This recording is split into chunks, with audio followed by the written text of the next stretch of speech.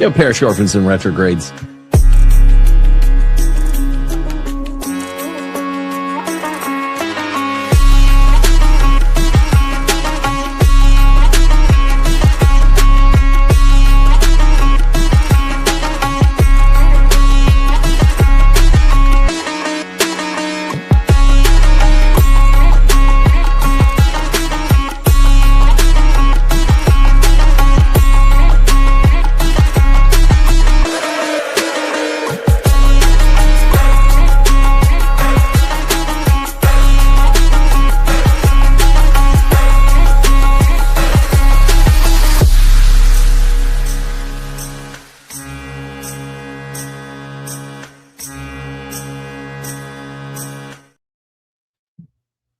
Yo, parish orphans. Yo, retrogrades. What's up? Just a chill stream today doing the news week in review because it was such a strange news week, from the Carmelo Anthony verdict to stuff happening in Northern Ireland, white race riots happening in Northern Ireland, to just a bad overall PR look for American blacks. Lots of other stuff happening in the news here that just accumulated to make American blacks look not so favorable. And I wanted to also, besides talking about that, talk about Catholic apologetics.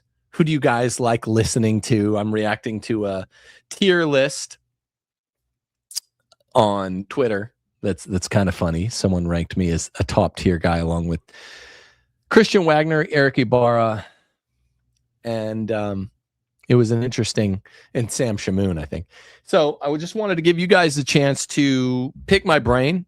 6 days from today, I've got a doubles debate on my channel with Hugh Owen on young earth creationism versus old earth creationism. My brother will be at that one.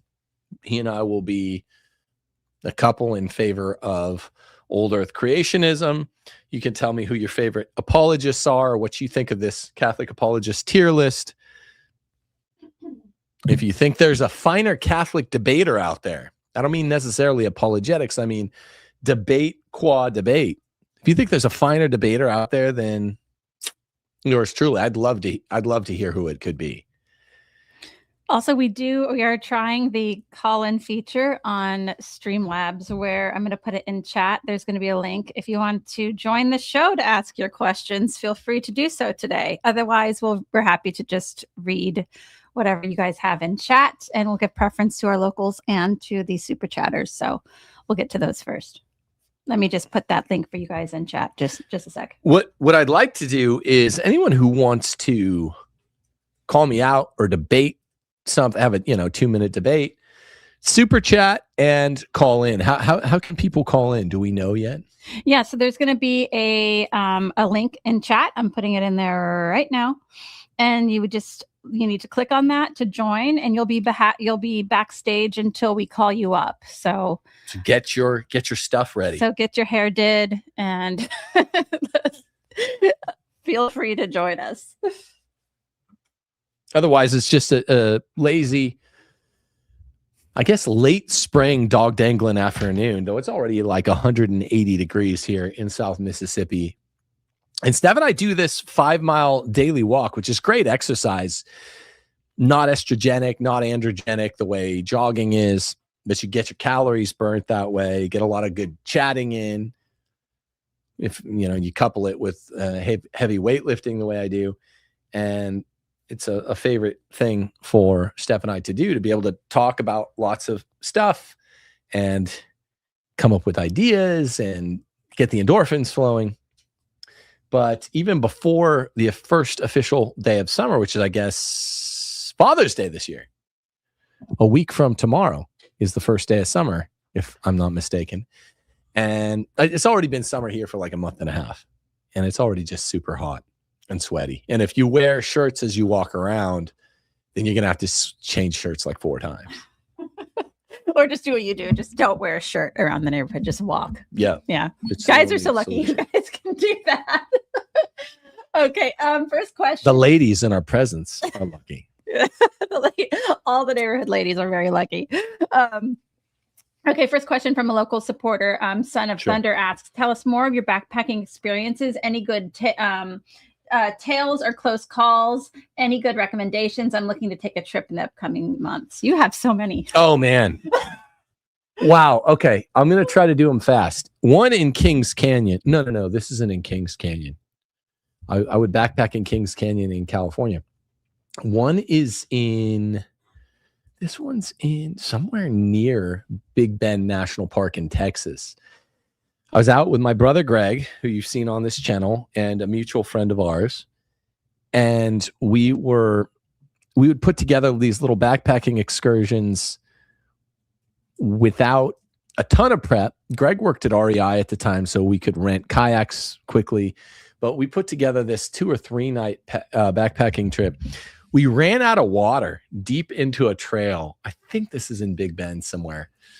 And it was rough because we knew it was like 4 p.m. and someone said, this is my last water. And then the other guy said, me too. And I was the last one. I said, yeah, me too. So we were like, okay, we have a little more food. We're going to get to this campsite. We were like 15 miles in, and we'll just have an early night, just go to bed with the sun, which none of us ever did, and try to just sleep through the night, kind of dehydrated, and get up in the morning, hike out before it's hot, because we're not going to have water till we get back to the car. And, it'll be 3 hours, but we'll wake up with the sun and get out of there. We were just prepared for an uncomfortable night. It's hard to sleep thirsty. But what we did, we got to the campsite that we wanted to go to. There's a cozy feeling about kind of you have your contour map. You're looking at where you want to get to. And we got there, and for some reason, one of us checked the bear box. And the first thing we saw when we got to the bear box was someone had left 2 entire unopened gallons of drinking water. God bless you, whoever that was out there that did it. What would have happened if you guys didn't have that? Just bad night, bad sleep, nightmares, mild dehydration, diarrhea, crippling vomiting, dehydration, vomiting a little bit of blood, not a big deal. But it was going to be an uncomfortable night. But instead, we enjoyed the night, got ready. I don't think that was the same time, because I think this was in California in Kings Canyon with my younger brother and my older brother. And I dropped the bear box door on my foot. I ended up losing a toenail because of that. It's not much of a story, but I was going to combine that. I don't think that was it. So we got a good night's fully hydrated rest, enjoyed our meal, went to bed late, like always, and could hike out of there in time. I think me and Greg's buddy, twisted his ankle early the next day. So it was good because we couldn't really rush out of there. Another adventure that Greg and I had, this was definitely in Big Bend National Park in Texas. It was a purposeful hike. This was because Greg's a geologist. I was kind of friends with his friends in the geophysics geology department, the geosciences department. They, University of Texas at Dallas had a right to a brachiosaur dig in Big Bend. And what we were going to do is use GPS or to basically shoot seismic at this brachiosaurus and see, how accurate a reading it could give us. So we had to carry that equipment in, carry it out. It was a long day's hike. All we were talking about on the hike, if you backpack, you come to half near idolized food. What are you going to eat when you get in?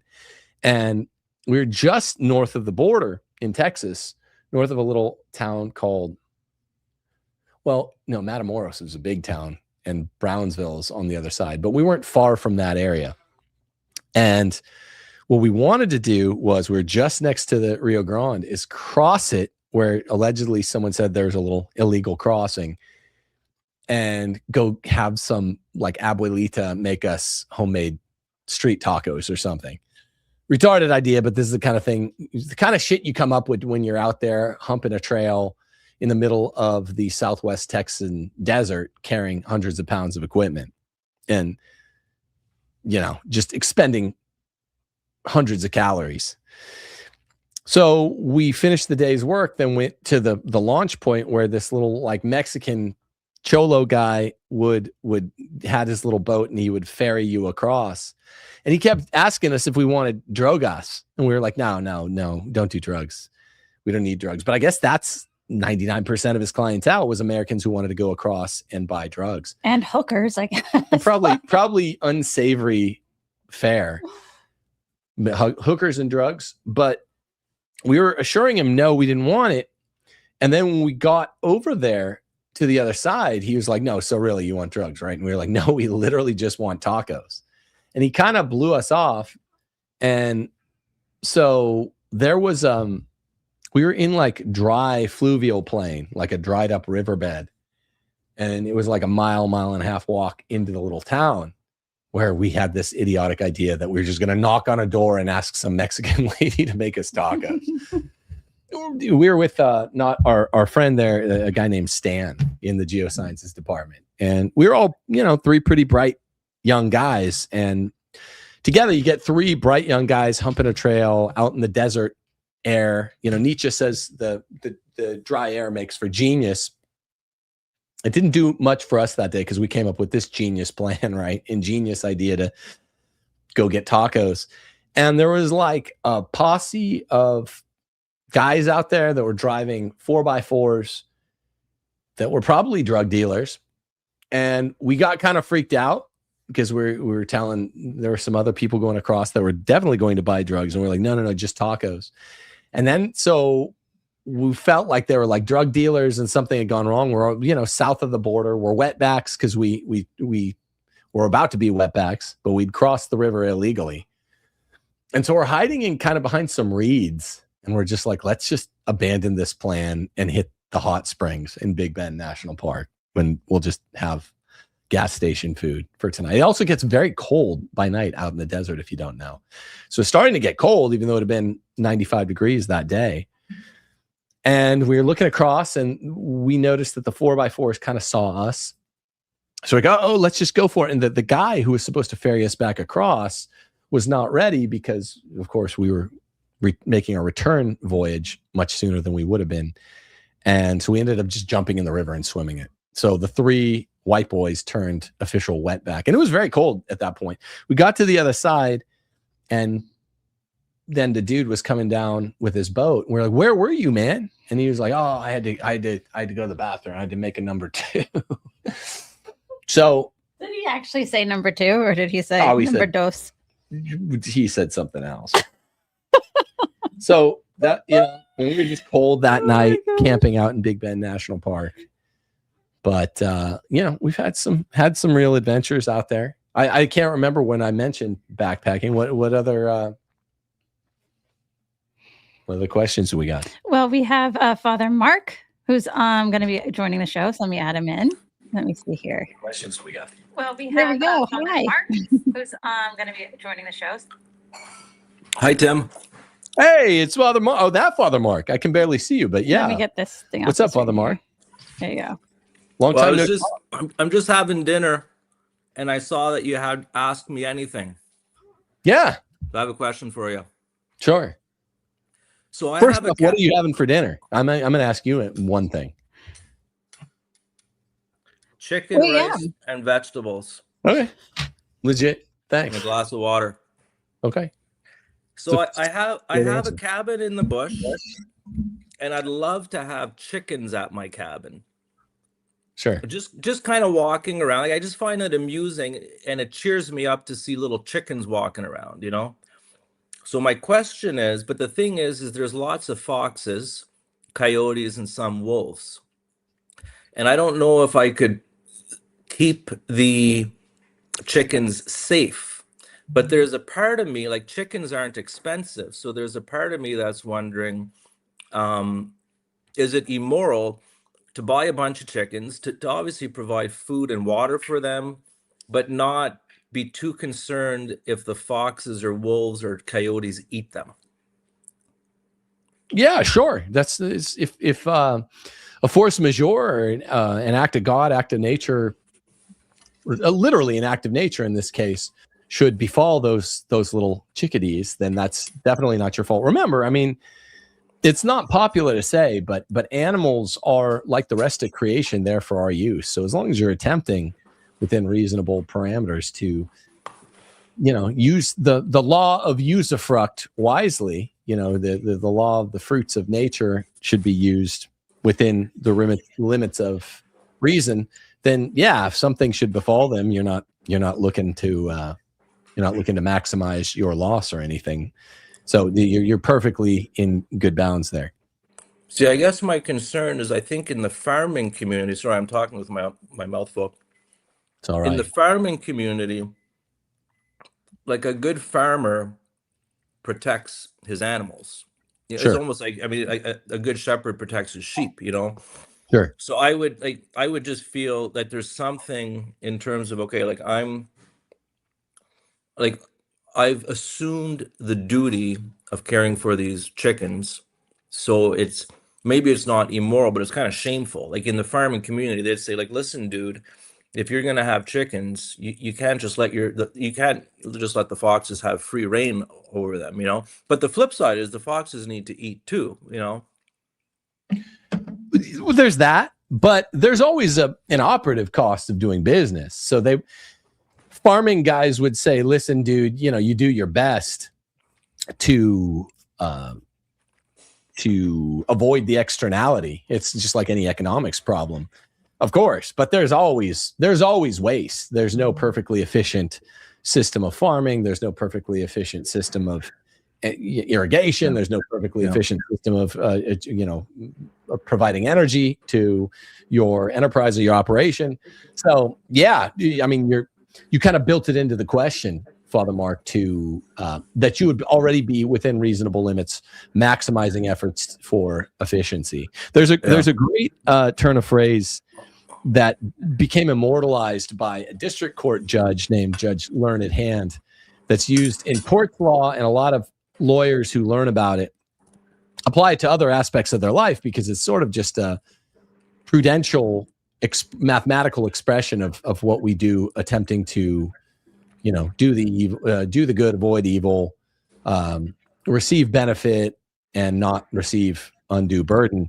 It's called B is less than PL, and it means the burden to attempt to make a change or mitigate cost is less than the probability of a loss times the size of a loss.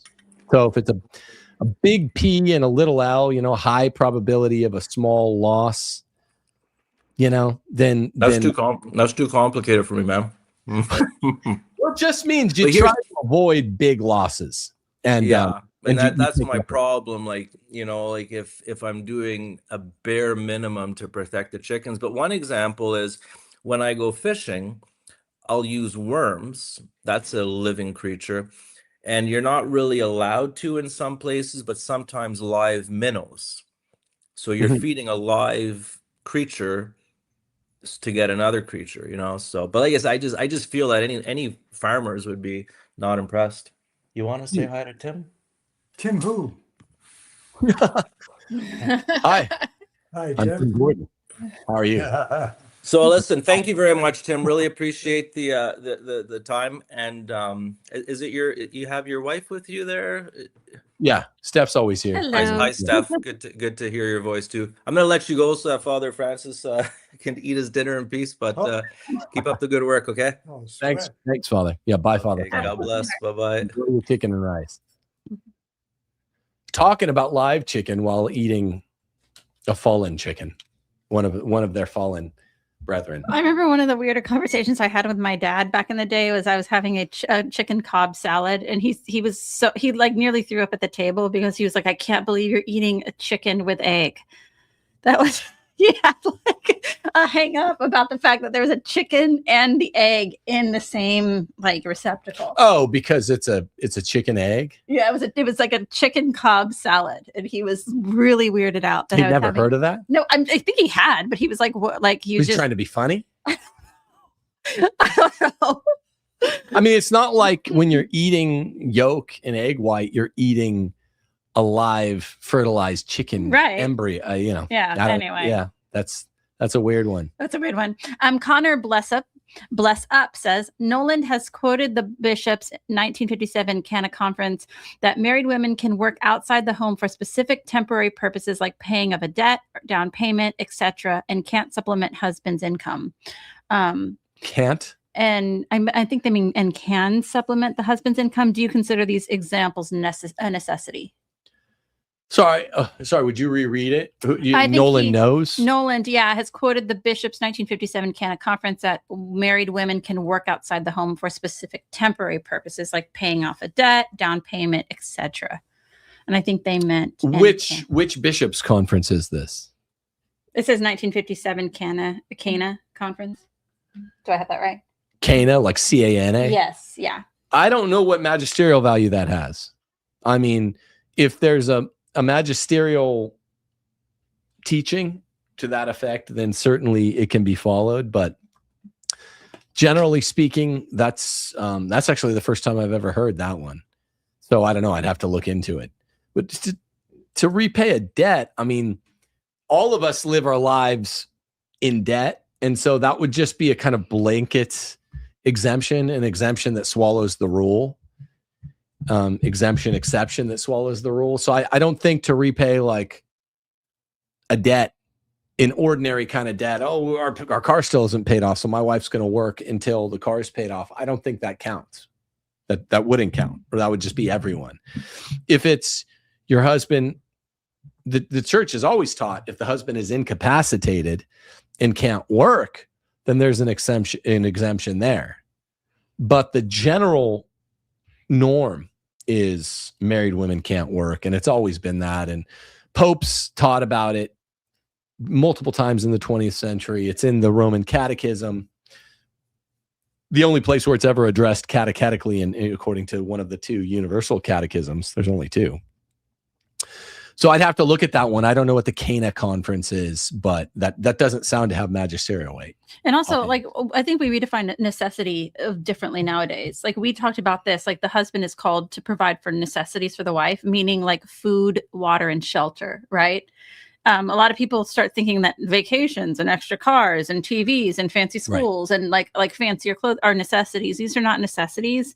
Paying off a debt is not a necessity. Like, you just pay it off longer if it takes you longer. A down payment on a house isn't a necessity. Like, you can have shelter without that as well. So I think that we have a very loose definition of what we consider necessities versus like what the church has defined what necessities are. Yeah, whereby you're availed of the principle of double effect, like a husband is paralyzed, falls off a ladder at work, a workman, and then his wife needs to work. That's what the church has always and everywhere taught. If you're getting into a few bishops at this liberal conference taught it, or a liberal national bishops conference taught some more capacious exemption, which they're always trying to do. Death by 1,000 cuts, hollow out, poke the hole, and then round it out so it's this wide instead of that wide. That's what that sounds like. And that's just modernism. That's just modernism. But I'd have another look at it if a pope made that exemption. I don't think they did. I would be tempted to say a word about why, or maybe even ask a follow-up question. Why was Nolan knows Will, my buddy, on about this? Because if you take that out of context, then you could make it sound different from what it is as well. Okay. We have somebody on deck, Tom. I'm going to add you in, Tom. Here you go. Oh, wait, let me do this. Hello, Tom. Welcome to the show. Hey, what's up, guys? Yo, Tom. Hey, what's up, Tim? Big fan, man. Good to talk to you. I wanted to ask you specifically, and sorry, my monitor's up over here, but I actually just had a quick question about, and you probably dealt with this before a million times, unum sanctum in relation to invincible ignorance and lumen gentium. How can we reconcile specifically, we declare, we proclaim, we define that it's absolutely necessary for salvation that every human creature be subject to the Roman pontiff versus the concept of invincible ignorance. What do you think would be the most concise, like to the point way to explain this to a Protestant who would say that this constitutes a magisterial error, that it's a reversal of doctrine? First off, invincible ignorance was much older than unum sanctum. Sure, So sure. older than Aquinas. So it's an early scholastic concept, reified and reaffirmed a few times by the magisterium before unum sanctum. So the anytime you use these terms, every single, I'd have to look at it in Latin. In English, that's a way of saying there's no exceptions or exemptions. But of course, there almost always are exceptions or exemptions. So, like baptism by blood, baptism by desire, both very, very old, older than unum sanctum. So the general way that we explain this is that prior to the breakup of the Holy Roman Empire, when all of Europe, all of the civilized world was Catholic, or at least, was Catholic or Orthodox, then there's vastly more context which enhances a statement like that, which makes it make sense. And yeah, it's a little different after 1054, but because now you have sort of Church East, Church West in a strict way, but that is means of affirming that the Orthodox do need to reunite with us. Remember the Council of Florence, the Union of Florence.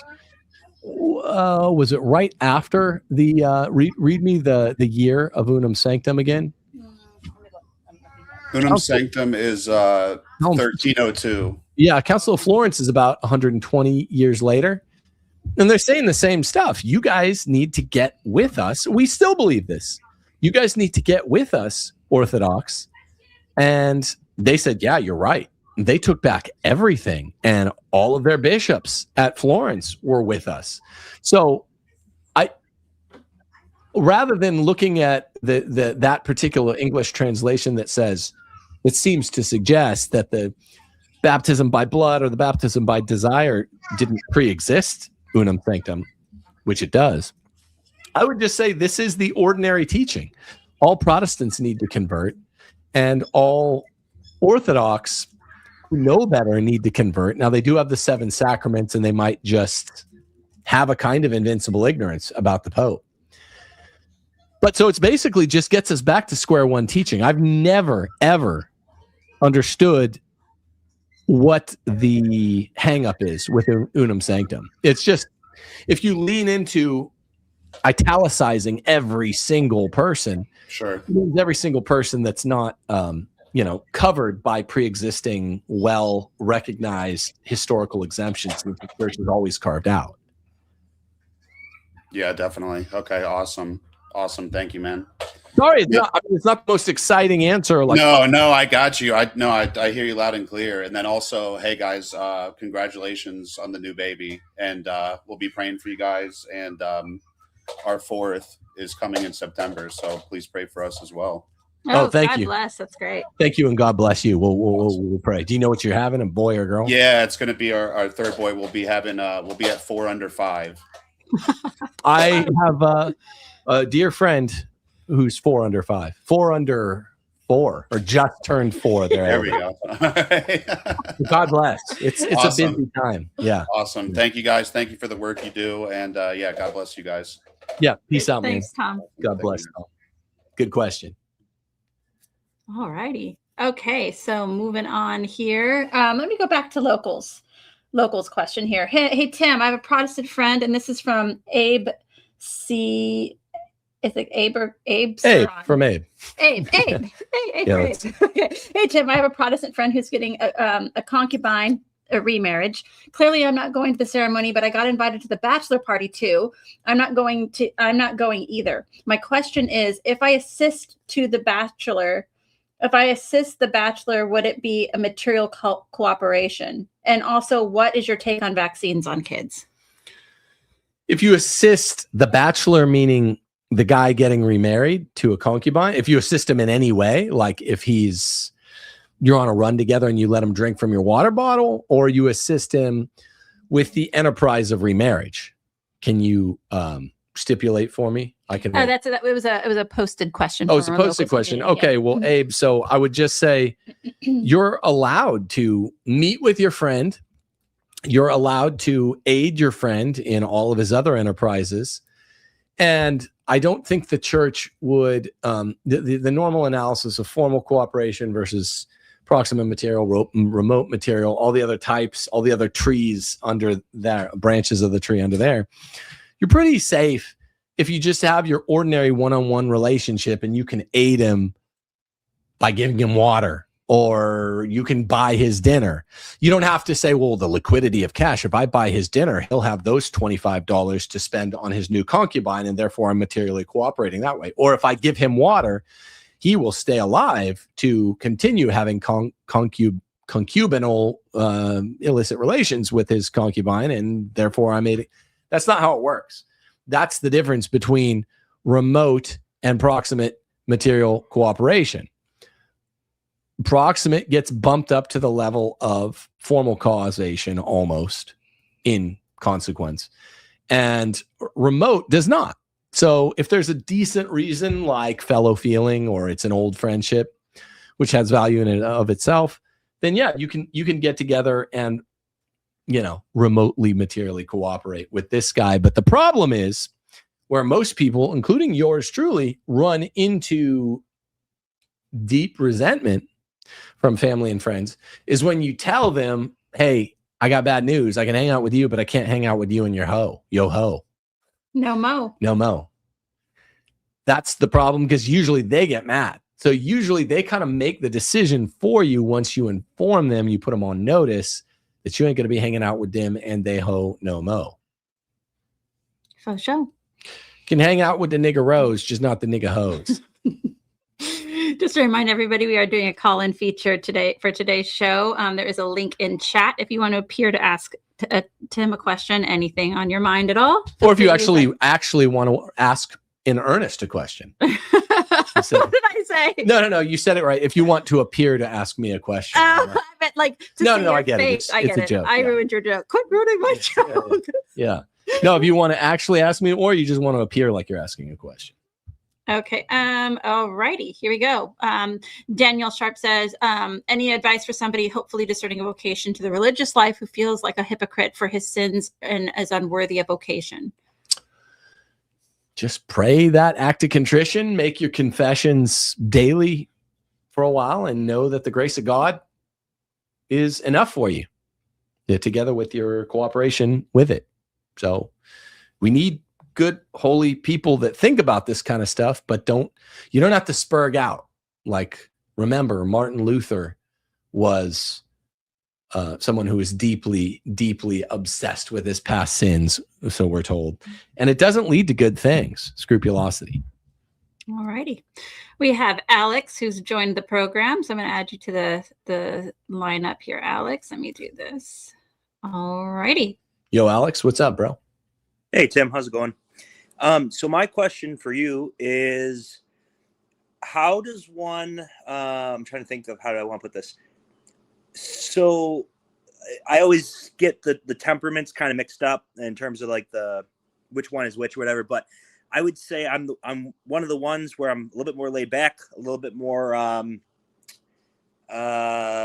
conflict averse, maybe is the right word. Mm-hmm. And I don't know if that in itself is like kind of being a beta. So I guess what I'm asking is, how can a Catholic man be truly a man, even if he's kind of more predisposed to being a little bit more, laid back, conflict averse, what have you?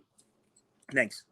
It's an important question, because your temperament's your temperament, right? And there's not a lot you can do or should try to do to change it.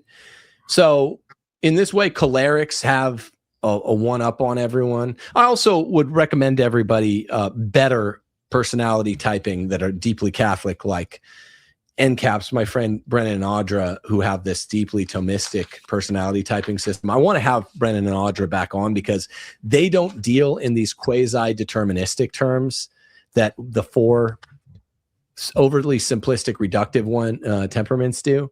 But I would just say, if you are more choleric, you have a bit of a one-up on everybody else just because you like to fight. But if you are sanguine or a bit melancholic or phlegmatic, then it doesn't mean you have to be a doormat. So something, because I'm a weird mix. If I go through the 4 temperaments, I'm a real weird mix. Like I'm You're like a little bit of everything. Yeah, and that's why I really do recommend end caps, Brennan and Audra Nakane's type, because I'm a little bit of everything, but I ain't like you or you or you or you or you. We all have our, fingerprints, which are uniquely our own. So I'm sanguine in a way that no one else is, even if I'm a sanguine, choleric, phlegmatic, or whatever. But I guess practically speaking, the way for anyone who's naturally laid back, which is a cool way to be, is to be laid back when no principle's involved. Never, ever, ever compromise on principle. Compromise on pretty much everything else. Be choleric when it comes to principle. And then when it comes to you're going to the movies with a big group and they're arguing about what to see. Unless you really wanted to see something, just be like, hey, I could go along to get along. So you don't, whatever you guys decide, I'm cool with. If you're a stickler with anything that involves a principle, then it's nice for you to let your love light shine, to use a gay boomer metaphor, your sanguine light shine every other time when there's no principle involved. Or if you're going to eat and people are like, I want Mexican, I want Italian, you can be like, wherever's fine. So I put my vote on whichever side's easiest. But, the work that you're putting in is, I guess, make yourself into more of a choleric. That's a temperament thing. Mm-hmm. You have to do the work of a choleric. I'll put it that way.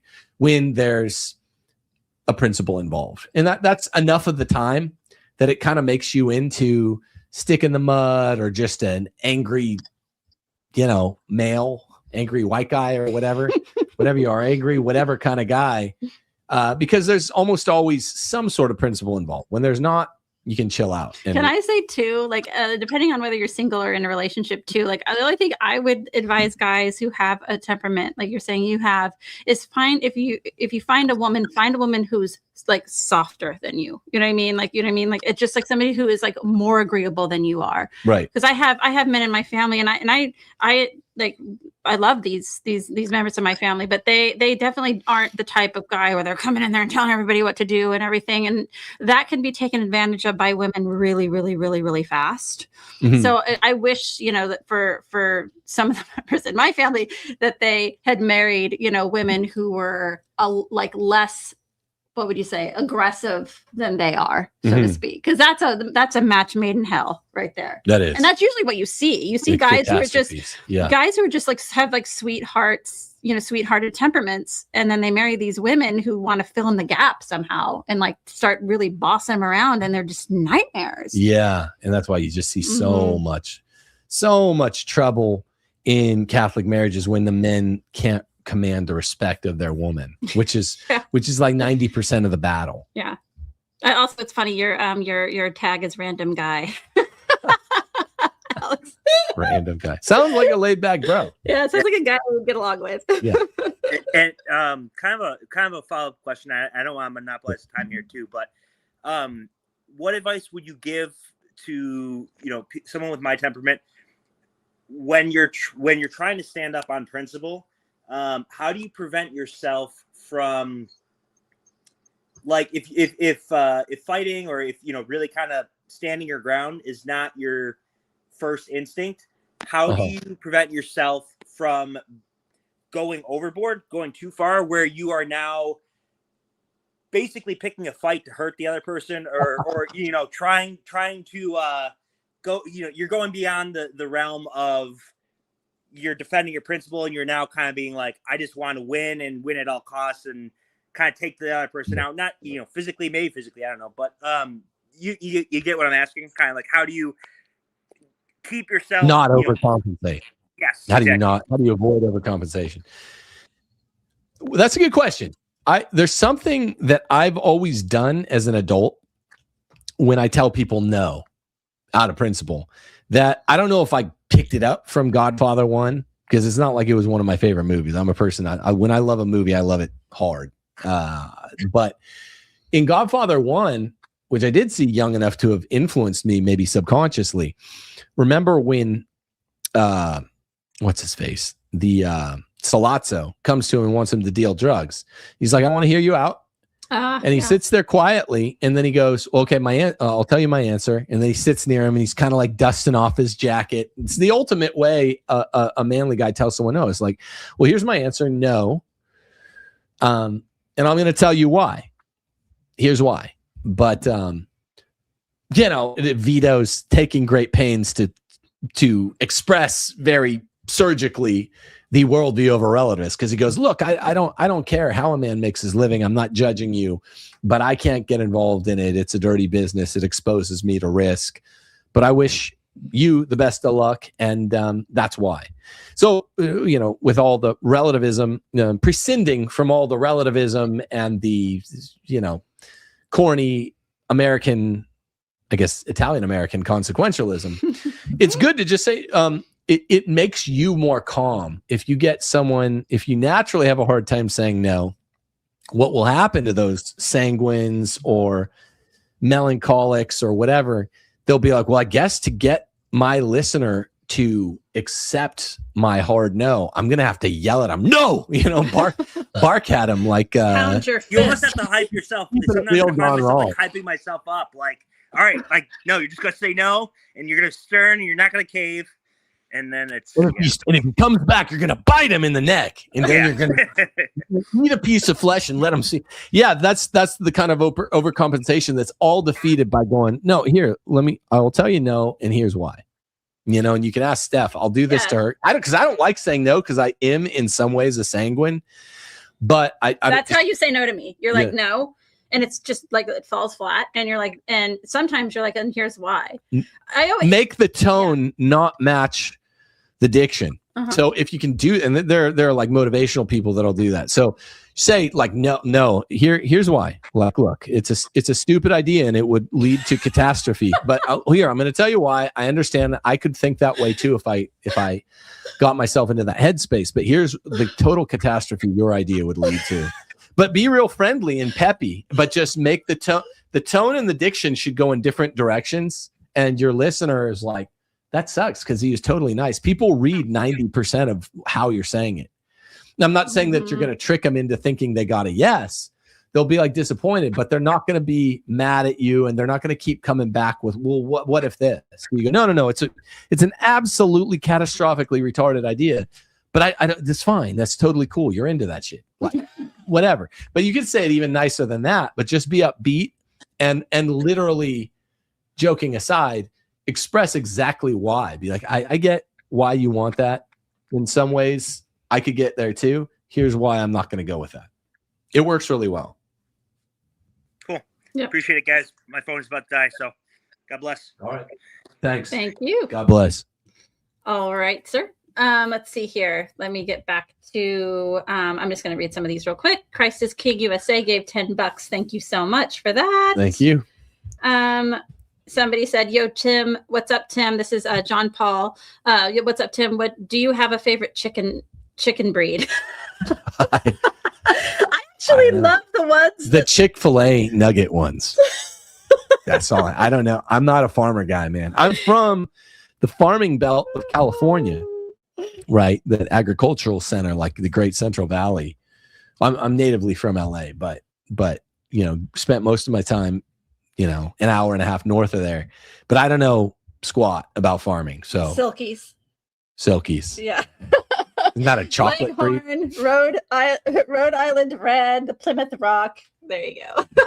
Chickens are amazing and they're adorable. And we actually at our zoo, they had they put in a chicken exhibit, and I remember we were thinking like, that is the stupidest idea I've ever heard. And then I went and saw the chicken exhibit, and I love the chicken exhibit, and they're absolutely adorable. And this really cute little she's probably like 21 or something, but she's in charge of the chicken exhibit. I sat there and talked to her for like 25 minutes about all her chickens, and she's so proud of all of her chickens. They all have names and personalities, and I needed to shut my mouth about making fun of that chicken exhibit after all the kids were like, "Mom, geez, can we go? I'm sick of quit talking to the freaking crap chicken lady." They're like, we want to see the lion. I'm like, I'm sticking with the chickens. Steph says "frickin' crap," and it cracks me up when she said it since she was a teenager, and always cracks me up. Okay, let me get this one off the screen. Let's go back into our call-in. Why is it not letting me? Sorry for the blue language For there. Frickin' and crap. Sorry for the foul language. Okay, we have to. Some real fuddy-duddies in the audience will be like, "Well, thank you for apologizing. It was warranted." We have to the show enrollment proof. Let me add you in. Is that John? Your favorite person. I was there in the beginning for you, Tim. I contributed $100 in your first 5 minutes back in the day. Amazing. Yeah. Okay. When you were with your no good brother. Yeah. That's so mean too. Oh. He's good for. Anyway, I've been kind of researching the definition of marriage a little bit, and I wanted to ask you something about the marriage. What do you call it? Partnership rather than society. You've heard that little debate before, have you? Mm-hmm. Yeah. Because marriage has always been a society, because you have a hierarchy and a structure, and then in 1965 it became a partnership. So my question is it both? What do you say when someone says no, marriage is a partnership, and why is that language important, or is it immaterial, or can you mix the two? Is a partnership the same thing as a society, and why was that change made, do you think? Well, I'd probably agree with you. I think we'd probably agree with one another to the extent that partnership is personalist. Society is more teleologically correct. I would just say this. I don't think they're mutually exclusive. Partnership corresponds more with the formal cause of marriage, and society corresponds more with the final cause of marriage. And I think a lot of the disagreements that you and I would probably have or have had arise out of a mistaking of formal cause and final cause. Remember, all things have both. And I do agree with my perception of what your position is, that someone like JP2 really leaned into a kind of deliberate equivocation on the formal cause and the final cause of marriage. The whole point, my point is sort of someone in between you and, say, a JP2, is that in matrimony, everything has its four causes. So there is a formal cause, the intelligible eidos of any given thing.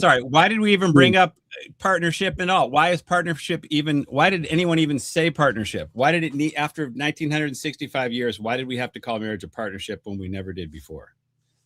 Because I don't know. I can't answer for exactly the motivation to that document, but I would say, in keeping with everything I was giving you right now, is there is everything has four causes. And the formal cause of marriage is unity. It's building building kind of a partnership between you and the person. I think I'm giving you the best answer that I think someone like post-conciliar Pope JP2 would offer. And that's not fictive. That's not fabricated. We are one flesh. And so there's a kind of partnership in one flesh, but it is fruity, personalist language that corresponds less to the telos of marriage, which is strictly procreative. So the final cause is procreative. The formal cause is unitive. And so I think that creates a lot of the confusion. I got an annulment because they said that partnership means no one wears the pants. And so if you say that if you say that the husband is in charge, that means you are incapable of partnership. Have you heard that before? Of course. You know, yeah, I'm not down with that. But it's a there is a kind of meaningful distinction where you would say there's a kind of partnership between a captain and a first mate. And I mean, the old literature, the fathers are just rife with it. So you do become one flesh, like the even the 20th century popes before the council talk about the chief place in loving is the woman's, the heart. You know, we're like one body now. The chief place in ruling is the husband. There is a kind of a partnership there. But let me get to the. Okay, cool. I guess the nub of what I'm calling about is I think you're wrong about NFP because you insist on unity as essence. Marital essence must be unitive, and I see this as feminist witchcraft undermining your whole position.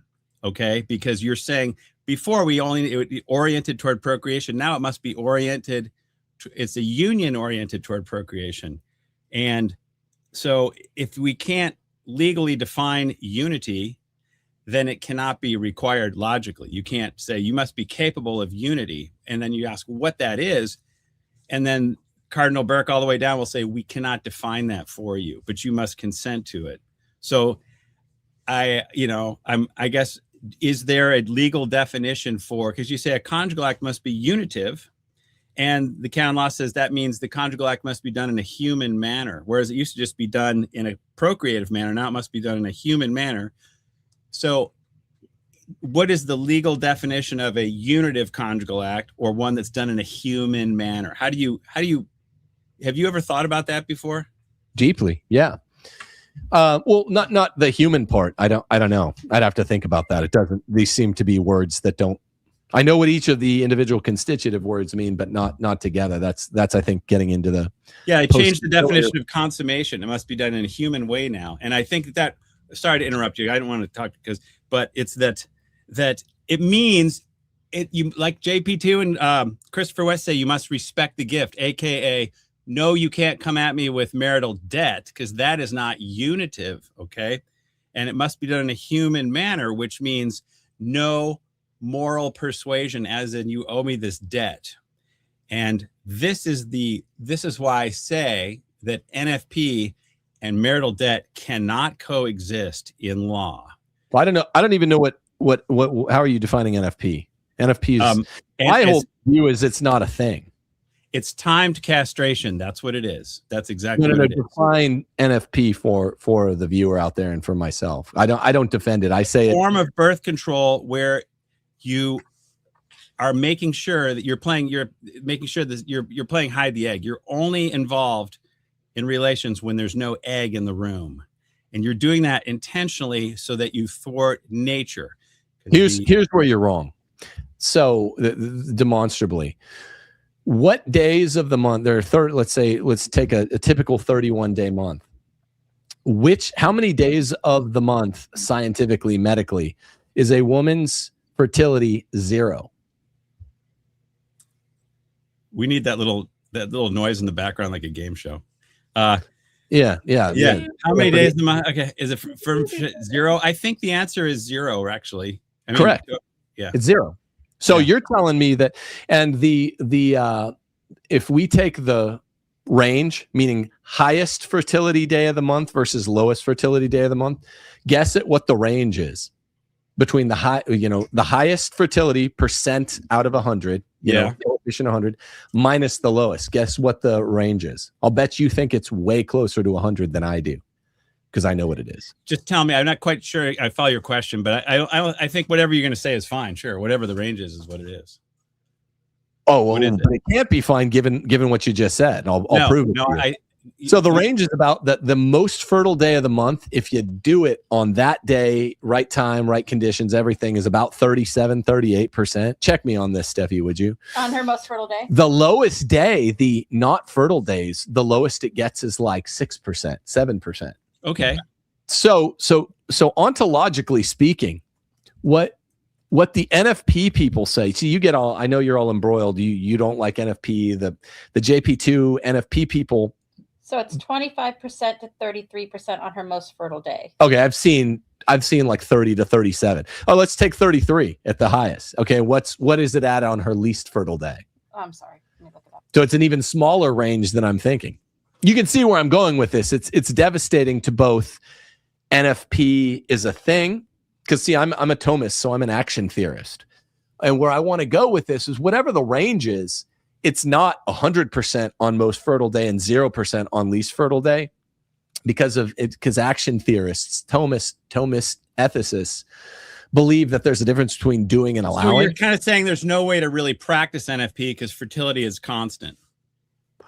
That's part of it. That's not the whole thing, though. We can't take shortcuts. That is an essential part of my point of view, which is precisely why, as long as you don't artificially bring the number to 0, you ain't cheating the game. But let's say if you hold, well, but you're trying to, if you're an intentionalist and you say really intent is where we specify form, which is a Thomistic principle. And what if someone does it, follows the rule, but is hoping against conception? Isn't this really tantamount to artificial contraception? No. Then the next question would involve, so you think that there have to be blackout days in order to sin? Do you think there have to be blackout days on anything other than 33%? Fertility days? Percentage is irrelevant. It's not.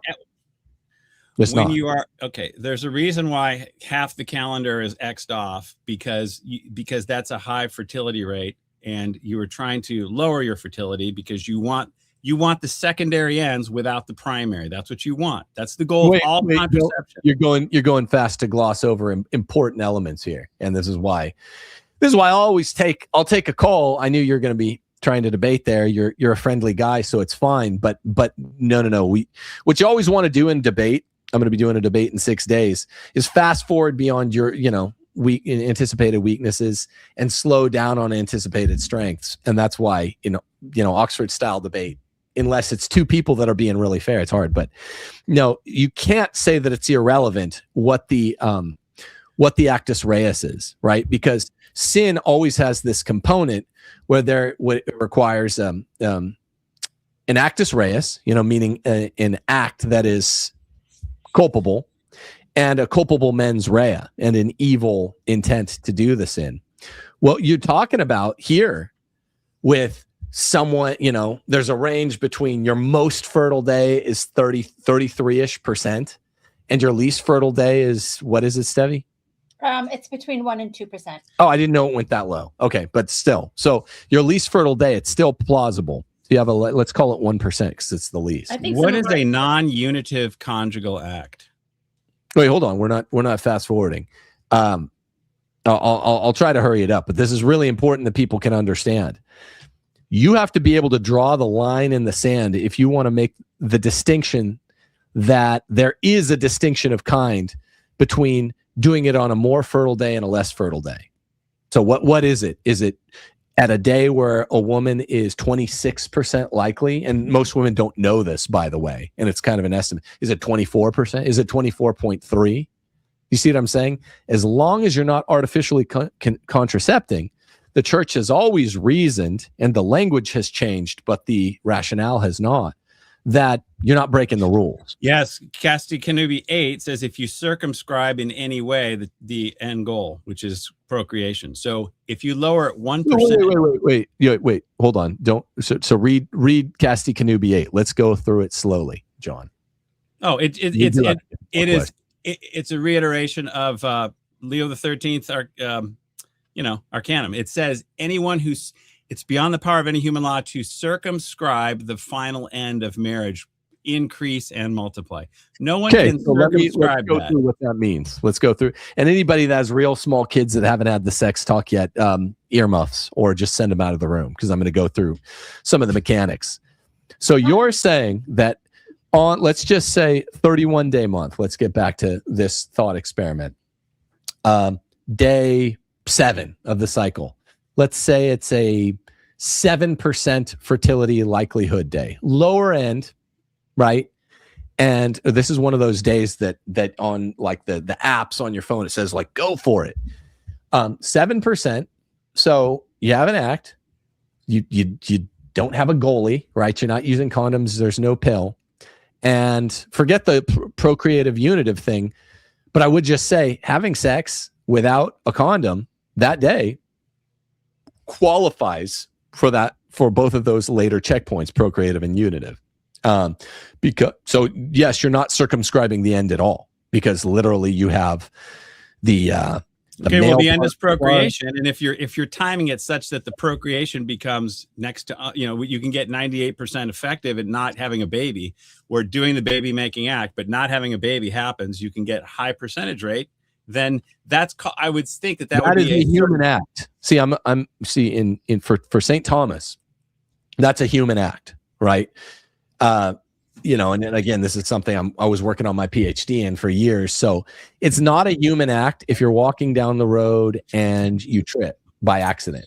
My son Liam is here to here, go this way. He's gonna help me fix the car. I've been waiting for him all day.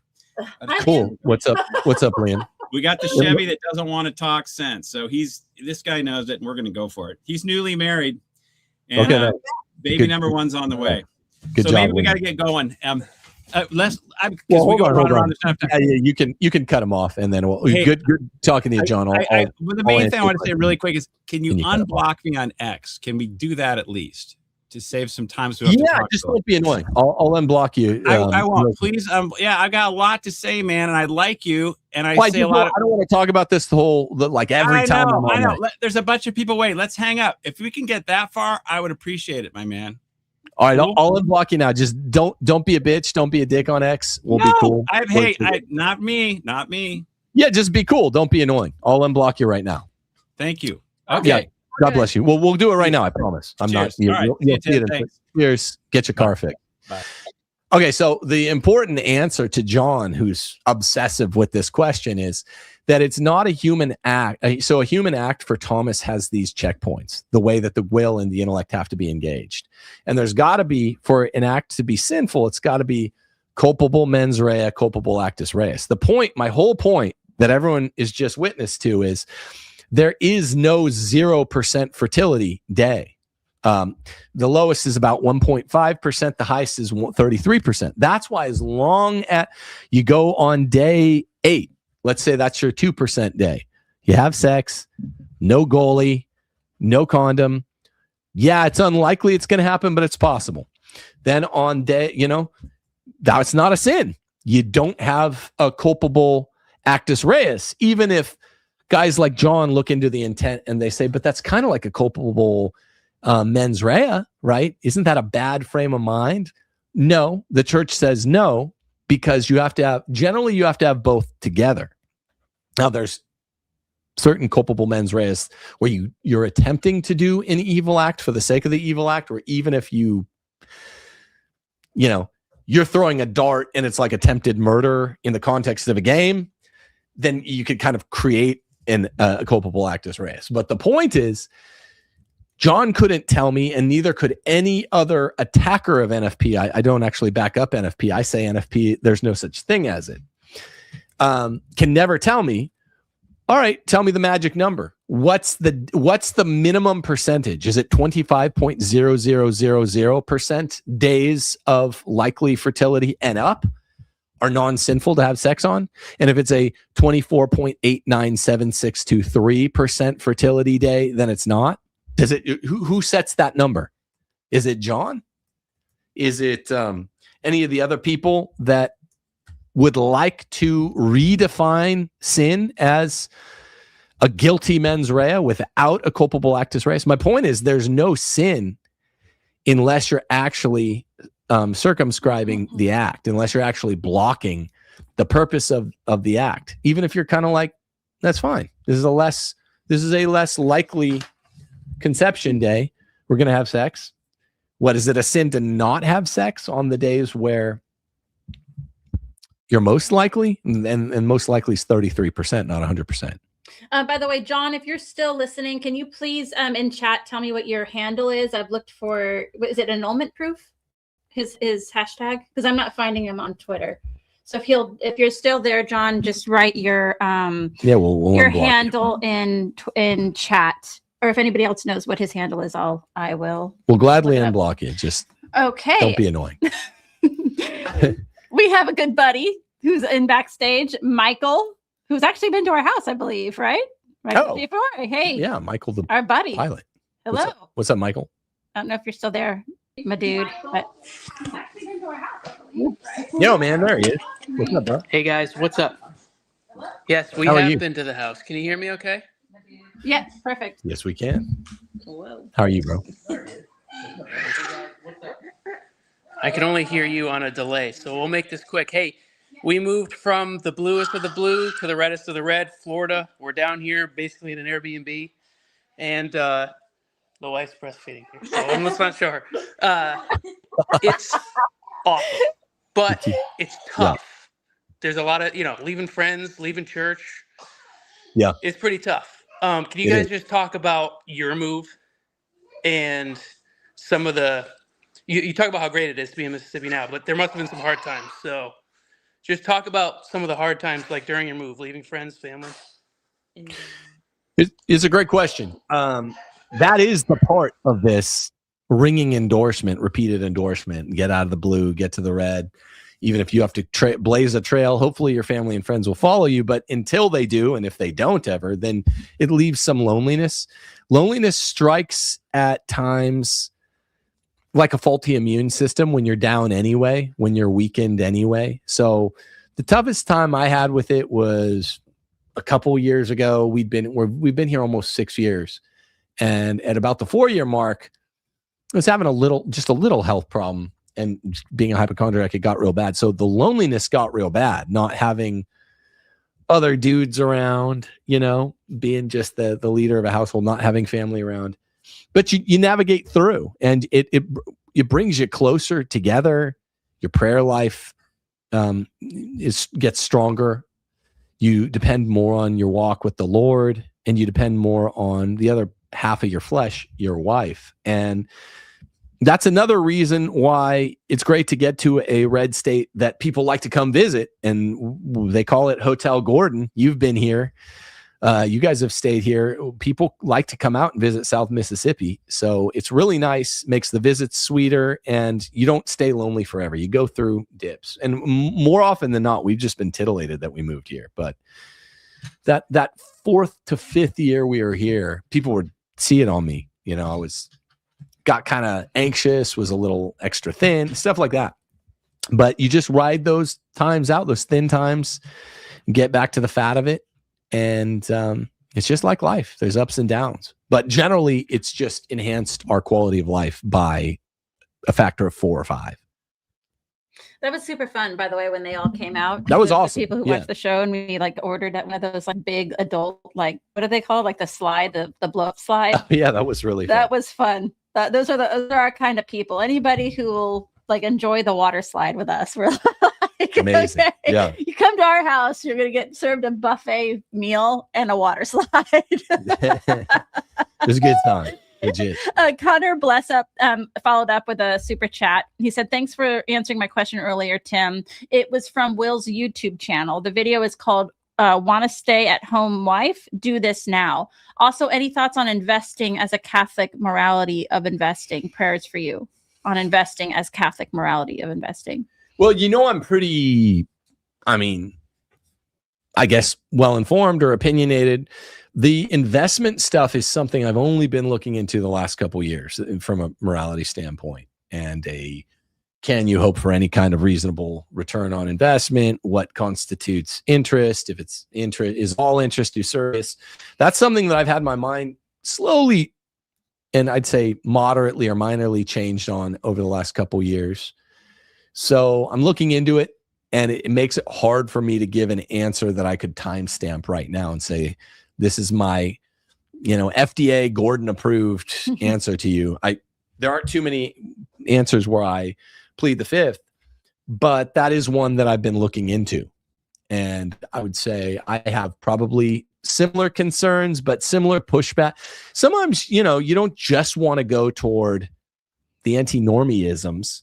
Sometimes you're like, well, no, there's a real reason why I've been a normie on this, even though I'm not a normie on anything else. What was the other part of that? You're welcome for the other answer. And I just am big on answer what you know, don't when you don't. Yeah. No, that's fair. So it's something I agree about. It warrants revisitation. Again, reminding everybody, if you want to join the show, there's a link in chat and you can join and ask Tim your question. Pumpkin Tart says, do you think it's possible that God created an old universe and would, similar to how when he created Adam, he created a full-grown man and not a baby? I don't know how he created Adam. I really But don't. they're asking if you think that God created an old universe, like God created Adam as a man. He didn't create a baby, and then the baby became Adam. I think they're asking if God created an old universe. Anything's possible. That's not. Now you're talking about theology, and so when you're hiking in the woods and you come upon a fence, to reiterate a Chesterton thing, you figure it's there for a reason. So, the finest Catholic philosopher and theologian of the first 1,000 years, St. Augustine, said that there's a book of nature that's readable and a book of scripture that's readable. I'm fundamentally averse to that. I think that's possible. I don't think it's not philosophically incoherent, meaning self-contradictory. The idea that God created the earth with old looking things in it that never actually existed, like dinosaur bones or something. But I would say that this mostly, if not wholly, nullifies the idea that God creates a scrutable book of nature. That would be a tricksy kind of God. It's more what you get into when you look at the Talmud or the Quran, a kind of tricksy God that's looking to trick us, a non-natural law, non-natural reason communicating God. So no, I don't favor that interpretation. Is it possible? Yes, some things are impossible. That's not one of them, but to me, it's very unlikely and not fitting or in keeping with the rest of God's motives of communicating with us. St. Augustine said, book of nature is scrutable in reasonable ways. Book of scripture is scrutable in reasonable ways. Similarly reasonable ways. Very good, sir. Okay, we'll get to everybody's super chat, so don't worry. We'll get to you if you have one in here. Misael Hernandez says, can you explain love and the glory of God? Thanks. Wow, that's a big question. Can you narrow down that question a little bit? That one, I'm not equipped to what is love and the glory of God? Like the love of God and the glory of God, or I don't know. That's so open-ended that it would just be answering for the sake of an answer without stipulation. Feel free to, you don't have to re-super chat. If you have a follow-up for that, then just write that in chat. Ruth asks, can you please explain Romans 5:12 through 13, particularly what does it mean for a judgment, if anything, before the law? And I believe the passage is, therefore, just as through one man's sin one man's sin entered into the world, and death through sin, and so death spread to all men because all sinned. I think I got that right. Let me see. Let me make sure. It's death through Adam. Mm-hmm. Yeah, therefore, just as sin entered into the world through one man, and death through sin, and in this way death came to all people because all sinned. To be sure, sin was in the world before the law was given, but sin is not charged against anyone's account where there is no law. So I'm not understanding what you're not understanding there, or what you'd like. What does it mean for a judgment, if anything, before the law? A judgment. I think they're asking that sin was in the world before the law was given. That line. I don't know. Well, which law, I guess, is the question. It meant that we're dealing in potencies. The possibility of sin is in the world before God's commandment was there, which had to be part of the motivation for God to give a little test to Adam: eat not of this tree. I mean, there's going to be other interpretations, but when he made man with a fallible nature, I mean, a nature that was created with a rational will and an intellect capable of opting against God for not God, God realized that there was a potency for sin. I mean, obviously, these two verses in Romans do not mean that God created sin. It meant that God created man with a free will who could only cooperate with grace if he had a truly free will. Okay, so that means that there had to be the possibility for sin before even the laying down of the law. Interesting. which is the test for it. Oh, here we go. A Harry Potter question. I love Harry Potter. So a fellow calf asks, loved Harry Potter growing up, but hesitant to share with my kids, though it's not real spells. Is there a moral issue since it appears as witchcraft, as the stats show people join the occult after Harry Potter? Well, I certainly haven't. Can we get up some stats? The stats do not show that a majority of people Really? who, Let me see. yeah. What do you want me to look up? I'm looking it up right now. Okay. I guess this is the one thing that we disagree with Ripperger about, right? Is the Harry Potter stuff. Like, I think there's just. I mean, I know there's probably a handful of things. Well, I mean, like the big Catholic talking point type things. I think Father Ripperger's younger. I mean, look, I agree largely with. I don't hold myself to the standard of agreeing with anyone other than myself on anything, and so I would never say, well, here's the one thing, here's the two things. It's just this is one among a rare. In a not often enumerated list of items that I disagree with someone like Father Ripperger or someone smart like that. I thought Trent Horn did a really good job on this. Trent Horn's rebuttal of Father Ripperger, this is odd because 19 times out of 20, I'm going to agree with Father Ripperger over Trent, is really thorough. So I'm looking for stats which show that people join the occult after watching Harry Potter or reading it, and I don't. The thing is that there's also spells in like Lord that. of the Rings. There's also wizards and magic and stuff in Lord of the Rings, and we're fine with that. Like, if you're reading like a novel of fantasy and whimsy, like I particularly love literature. And so it's like you're reading like The Lion, Witch, and the Wardrobe or any of these things like that are of a fantastical nature. It's like it's a slippery slope to say this one's okay, that one's not. Obviously Lord of the Rings was written by a very faithful Catholic, whereas Harry Potter is written by a woman who proclaims she's Catholic, or not Catholic, but Christian. But there's, everybody has doubts whether she actually is because she supports things that are immoral. So it's, to me, I'm like, you're okay with the spells in Harry Potter, or in Lord of the Rings, but you're not okay with them in Harry Potter. Like, what's the problem here? Yeah, that's not to say that they're the same quality of literature. No. But you got wizards, which are boy witches, right?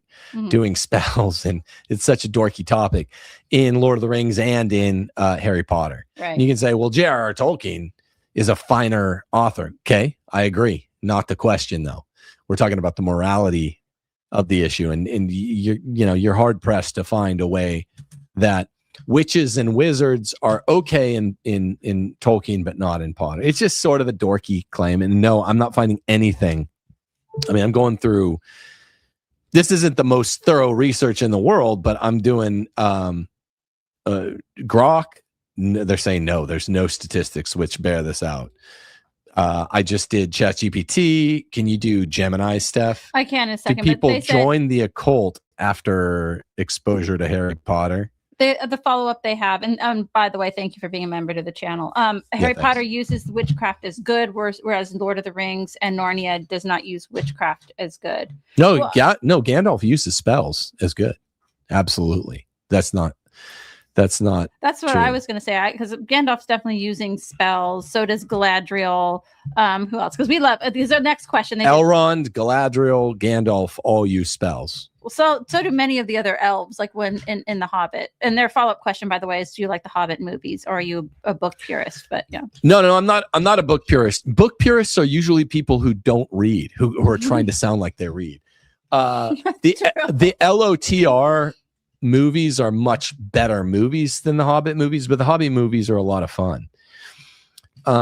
So like a lot of the stuff I've been dealing with lately, the Harry Potter craze was stirred up. It was a hornet's nest stirred up by evangelicals in the early 2000s, around 2000. So While you're looking that up too, can I point out something with, I think some of what people are noting with Harry Potter? I think a lot of the people that were drawn to those books are naturally people who are more secular, who are like liberal based and stuff. So it doesn't surprise me, even if the numbers were, let's say if there was a magic number, that people who watch Harry Potter or read the books get possessed. I don't think Father Chad is wrong there. I'm just saying I think it's the type of person typically that goes to Harry Potter. You go to Universal Studios and you see, because we love Universal Studios, every summer we take the kids to a theme park, and we typically go there in Florida. You go to the Harry Potter world, which is incredible, by the way. But you just look around at their fan base, and it is like the secular, humanist, liberal left that love those books. And it doesn't surprise me that those people are also getting, possessed by the devil or in the occult, because those are that's the demographic. But yeah, it's just proclivities Yeah. and blood alcohol level. So it's like asking, is it wrong to have 3 beers? Well, it might be if you're like an American Indian guy, they have 3 drinks of 1 beer and they're drunk, and they're off on some drunken screed about how I'm a white devil. That's only maybe 3 swigs of beer for them, but for an Irishman, 3 beers is not going to get them drunk, and it's not sinful. So if you're retarded or your sales resistance is super low, then, and this is the same thing with like holding your girlfriend's hand or whatever. Yeah, if you're really hard up, maybe holding a hand is mortal sin for you. But if you're not a dweeb and this kind of thing doesn't make you mortally sinfully lustful, then holding your girlfriend's hand before marriage is not a mortal sin. But it's blood alcohol level, right? So people are, based on their race and their circumstance and their temperament and their past sin histories, are more or less susceptible to the same things. And it's that egalitarian Marxist nonsense. The same thing for you is the same thing for me. I can't have 3 drinks because I become a raging alcoholic ass, well, then you can't either. If I can't hold my girlfriend's hand because it makes me lustful beyond, foobar, then neither can you. And this is what happens with dorky Christians who are, look, if you read about like the most embarrassing thing I do or like is Lord of the Rings, and less so Harry Potter. I mean, it's embarrassing, right? I was an athlete. I was like a rocker guy, but I always have liked Lord of the Rings. And more recently, since I've had kids, I've liked Harry Potter, but I'm not going to go around bragging about it. And I do. I would just say this. If you're a real nerd and you have a high proclivity to get into going to Renaissance fairs, Yes. it's like Jeff Foxworthy's, you might be a nerd if you go to Renaissance fairs, you have a pretend wand, you practice incantations and spells, then you might have a problem if you watch these movies. But I don't have nerdy kids, and I was never a nerdy guy. I have other problems, but that just wasn't my thing. So it's like maybe you are an American Indian. So yeah, you can't even have a beer. I'm not saying I'm like an Irishman. I don't really like alcohol. I'll drink every once in a while, but I don't like how it makes me feel. But if you're like an Irishman, this stuff's like milk to you. You can have maybe 5 beers and it's not a sin. That's the Harry Potter stuff. And everyone trying to give a one-size-fits-all answer is ridiculous. But there's nothing inherently evil about it. There's nothing inherently evil about spells and charms and pretend magic. There's just not, which is why you can't differentiate between LOTR and Harry Potter. Please excuse the baby noises.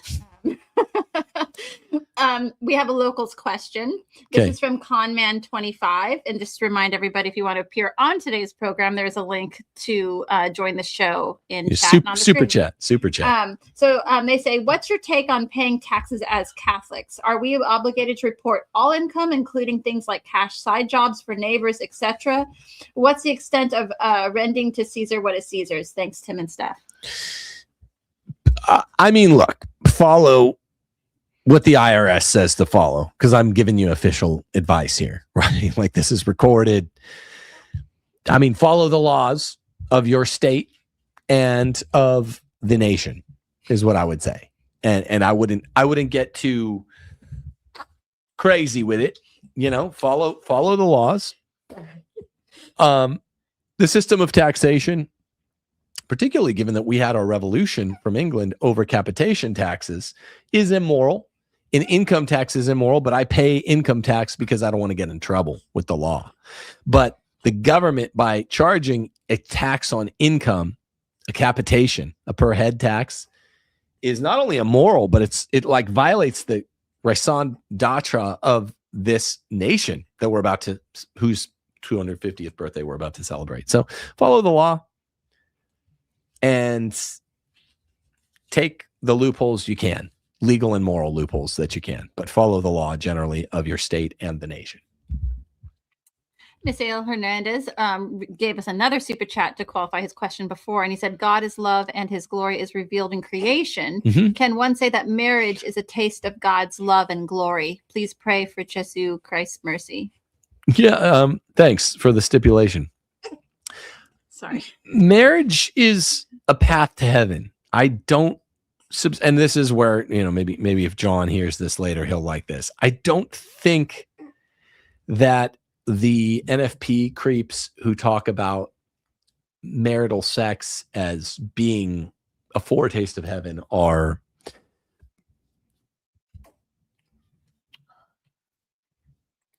good people. I just think it's really weird.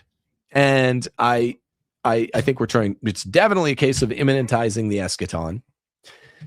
It's odd. It's sexualizing heaven. I think there are, at least 4 kinds of love. In God, all things, the distinction, virtual distinctions will break down. But I know, I think it's really odd and off-putting when people say that marital love in its most carnal form is the closest thing to heaven on earth. That just sounds really like almost like Axl Rose lyrics, like you're knocking on heaven's door when you're looking at a bikini chick. I just have never seen a lot of wisdom. I don't like commingling those things. No. Like with some of the you hear some like Catholic girls on Twitter where they're talking about like the ecstasy of stuff, and they're meaning it. They're not like, it's not like I have to get my mind out of the gutter. Like a lot of them talk about it like it is that sort of ecstasy, and I'm just like, gross. Yeah. Like I don't want to mingle those two things. Jesus is my boyfriend types. It gets, they're like, but it's not sexual, but he's my boyfriend. Well, boyfriend is a path to sexuality insofar as, that's what we call the person that you're considering getting married to. I just don't like it. So God is love, meaning is like the most abstruse line of the Bible. God saw fit out of his great love for us to his only begotten son took our form, and out of love he created us in his image and likeness, and he gave us a rational will and intellect so that we're not inanimate objects like animals or plants. That's just a foretaste. That's the foretaste of the expression of God's all-encompassing love. The only thing outside of space and time, and the only thing outside of space and time whose existence and essence are distinct. I think that's, these are some of the best expressions of it that can make sense to a mere mortal. All righty. All right, let me get Ruth in. She's joining the show. Hold on just a second, Ruth. I know you're having some audio issues, so let me see if this works. Hi, Ruth. Hi, can you hear me? Yep. Sure can. You're on. Okay. How are you?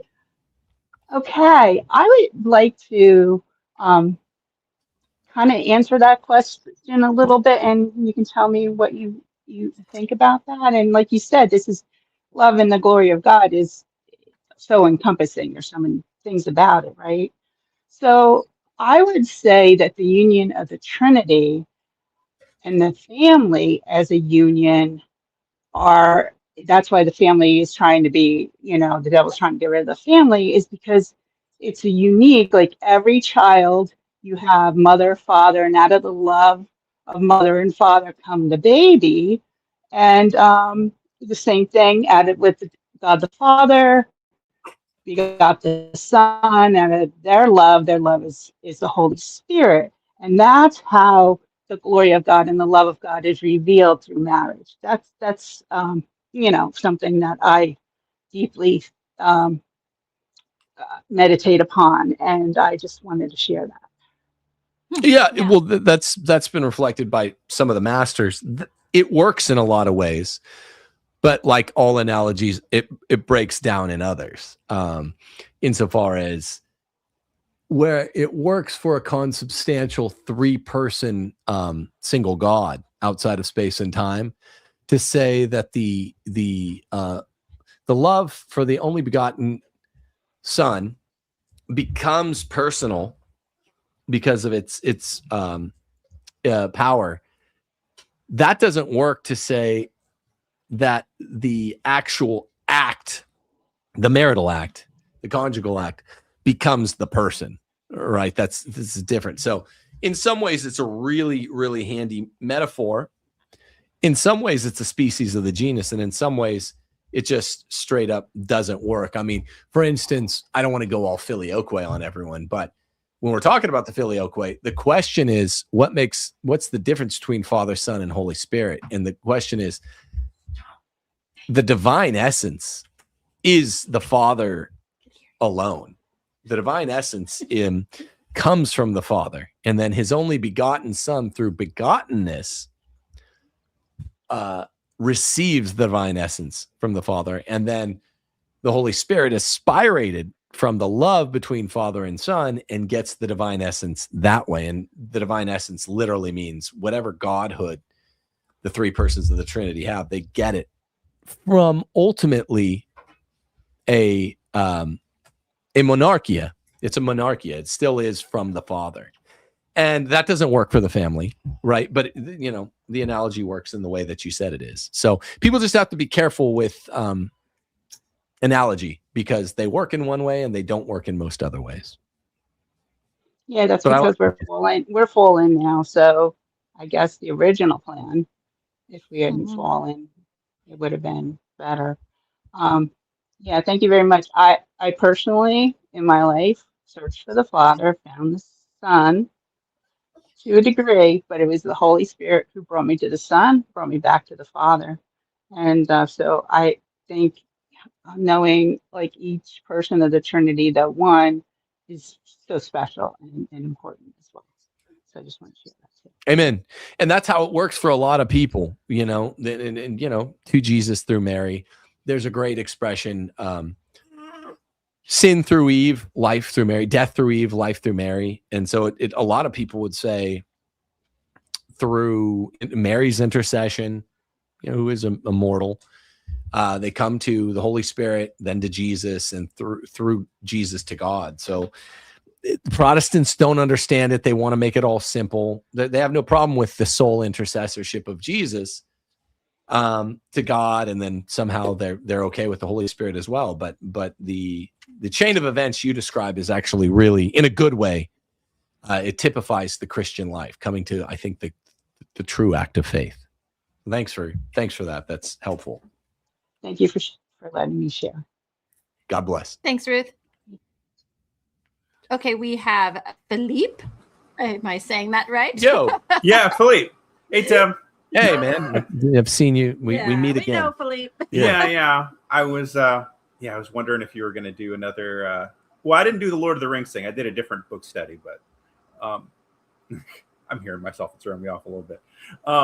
But yeah, no, I didn't have any good questions I was thinking about, other than I think you mentioned recently that you were like watching like horror movies or scary stuff with your kids or something like that. Yeah. I was like on the one hand, I really love horror stuff, but like when I was little, I remember like watching The Exorcist when I was little. It kind of messed me up. That's wrong, but it was probably too much for when I was a little kid. But I guess I just wanted to ask, what's your favorite horror movies, and how do you kind of approach just like spooky stuff with kids, I guess. We just found our favorite horror movie this past Halloween. Mm-hmm. Mm-hmm. Okay. Yeah. It's got some stuff to be avoided, but no sex or gratuitous violence. It's called As Above, So Below. Really cool. It's kind of a retelling of Dante. It's explicitly kind of a retelling of. Have you seen that one? French. Yeah, it's in Paris. The Paris Catacombs. I really like that movie. That movie's Yeah. sick. That movie's so Yeah. sick. Again, it's from like 14 or 13 years ago. I mean, look, my favorite kind of horror isn't really horror by the 80s, 90s slasher standard or the 2000s psych horror standards or the return to kind of revisitation of both those genres mixed 20-teen standard. We really like first season of Stranger Things, where it's spooky but cozy. Yeah. And You love Disturbia? Disturbia, which is a modern retelling of Rear Window. Yeah, Shia LaBeouf. I mean, spooky, cozy are really our jam. And yeah, there are other ones that are fascinating by like that A24 house, that the Jewish guy Ari Aster, but it's just too much. So there's some really. Yeah, I think agree. Like A24, I've always been a little weird about. Like I've watched some movies, and there's always something just a little bit nihilistic, just a little bit kind of cruel about their movies, and I'm just like, yeah. Have you seen what he said in interviews? This Jew who makes the A24 movies, he really. I haven't heard, but I'm not surprised it's a Jewish guy, to be honest. Yeah. Of course, it's very Talmudic, and no, I wish we made stat not with the kids, right? But of course. Oh no, never. We made the mistake of watching. No, we never watched. What's the one? Green Knight one? Hereditary. Somebody told us to watch Hereditary, and I was upset. No, I turned it off. I turned it off. You I have hated to. that movie. I hated that. You hate it, and you hate the person that made it. This little Jew that made it. Yeah. It's awful. And someone said Midsummer. We never watched that because they said it's even worse than Hereditary. The Witch, I'm never gonna watch. I'm never gonna watch it. Once I watch Hereditary, I'm like, I'm not watching The Witch. It's probably gonna be the same thing. No, The Witch was terrible, but fascinating, but terrible. Not quite as satanic, even though it's more openly about witches but don't watch The Witch. Don't watch Midsummer. I've heard. Don't watch Hereditary. I don't tell people practical advice all the time. Like, the church hasn't weighed in, but I would say do not watch it, whether you're an adult or I wouldn't even watch The Exorcist anymore, even though it is kind of Catholic. No. It's too bad. People trip out about Harry Potter. I'm like, I think it's way more a faithful Catholic trying to watch Exorcist faithfully, I think, is opening way more portals or whatever openings to demonic stuff. Oh, also the other. I've heard of that. Oh, I'm sorry. Cut off. Oh no! I'm sorry. I just interject. I thought The Others was really good with Nicole Kidman. Spooky, scary, fun. Yeah. PG horror. Look, we have this book. Where's that Hitchcock book of we have the kids stories from like the 1950s? Girl, would you get that Hitchcock book? Pippin, will you go grab that? I would recommend this book. They're short stories. They're so cool. Can you grab it, Pibby? I want to show you. I think it's on the I just love the spooky, scary genre. That's cozy, and like a PG or even a PG-13 horror movie is great. I've done my share of the really intense ones we were just talking about, Philippe. But the ones that are really fun and don't give you images that you can't unsee are in that. Signs has Signs. Signs. Beautiful. I mean, it's not really horror, but it's spooky, cozy. It's so good. It's so good. That's a great movie. That is a great movie. I just saw, I don't know how you're going to feel about it, but I just saw Iron Lung. It was done by a YouTuber named Markiplier recently. That was one that actually it came out I think this year actually. But that's one I liked recently. But check that out. Yeah. Interesting. It's got some HP Lovecrafty stuff to it. So I don't know how you feel about HP. But. Interesting. Okay. Sounds interesting. Yeah. All right. Cool. Well, I just to make it clear for everyone, there's something Philippe and we are agreeing about is don't tangle with those A24 movies, man. They're demonic. I don't know. Oh, also, one last thing, Philippe, did you ever see the old Suspiria? Yes, I have. I mean, again, that's a fascinating movie, but it's and the music is really cool, but they're whispering chanty stuff in the main theme song, and you're like, I don't know how demonic stuff works. I don't know if you can cast a spell just by saying the words You know, now I'm sounding more like one of these caution with Harry Potter people. But yeah, but I think A24 actually because it's like the guy's like a Jewish like guy who hates humanity or whatever. But I think he's actually putting in like actual demonic spells. Right. I agree. I had some weird stuff happen after I watched Hereditary. It didn't just mess with me. I was having trouble going to sleep because weird stuff kept flashing in my head. How much of Hereditary did you get through? I got halfway through. I don't remember exactly. Where did I leave? The end is just whack. I didn't go to the end because when I saw what they did with the little girl, I was just like, and they kind of kept going with it. I'm just like, I don't want to watch any more of this. I don't like it. I don't like it. Yeah. I wish I'd turned off Hereditary before that end. If anybody else sees, my older brother, who I'm, doubles debating with next week, watched it and he was like, man, I want to beat the shit out of the guy that made this. And I was like, yeah, he's this little Jew. Yeah. And I was like, yeah, you want to like go hurt the person that made it because it's so evil. And it feels like watching the way they're just manipulating you, the way they're just poking you and just trying to mess with you and like psychologically scar you in a way, I guess. But yeah. Totally. So I don't know if the new Suspiria, the remake of Suspiria, which is a cool premise, I don't know if that's A24, but I watched half of that and I was like, I got to turn it off. I was pleading. You were pleading. Steph was like, I was worried about you. Like but we started watching it together and I was like, oh no, this seems bad. And then like the whole time, I kept going. It's like the one time in our entire 21 years of marriage where I was like, please stop watching this. Yeah, I was like, I'm worried for you. I'm gonna listen. I'm gonna listen to because we're not fuddy-duddies with that stuff. I just don't want to because A24 movies are kind of like the Charlie Kirk video of him getting killed. If you watch it, you just want to rewind time and go back where you can unsee that. So that's what I would say. Okay. All right. So I didn't have too much than that, other than I don't know. Just to talk about random stuff. I've been doing. I've been reading Scott Hahn's. I'm looking at it right now. Scott Hahn's his Bible. Sorry, the Ignatius Study Bible. I remember one of your guests were talking about it. And I was kind of doing like what Steph talked about, just going chapter, but not looking for what women had to say, but kind of looking, just taking my time with it and reading one chapter a day, going slow with it. And, you reading his notes, he doing all his notes. And at the end of the night, reading it one more time. And it's been awesome. It's been awesome how much, like, especially if you study theology, because I studied theology. I went to Steubenville, all that stuff. And when you know the New Testament, you're seeing Jesus a lot. Like I was just reading when Joseph got thrown in the well. If you break that apart, there's so much Jesus in that part. Before when he's prophesying, and then when they threw him, it blew my mind. So I don't know, just a random I wish I could recommend one of your books. I probably should recommend your books, but sorry, that's just something that happened to be on my mind because one of your guests did mention it, and I'm finding the same thing. Although he does have Scott Hahn will put stuff that's like pro-feminist in there. I noticed it, like really very much. Yeah. Some of the stuff I was hoping he was cool on it, but like if you go straight to the Adam and Eve thing, he's very much like mutual submission. You can read it in there. He's including like mutual submission stuff in there. Yeah, he is. That's disappointing. That's very disappointing. But I'm glad that the otherwise the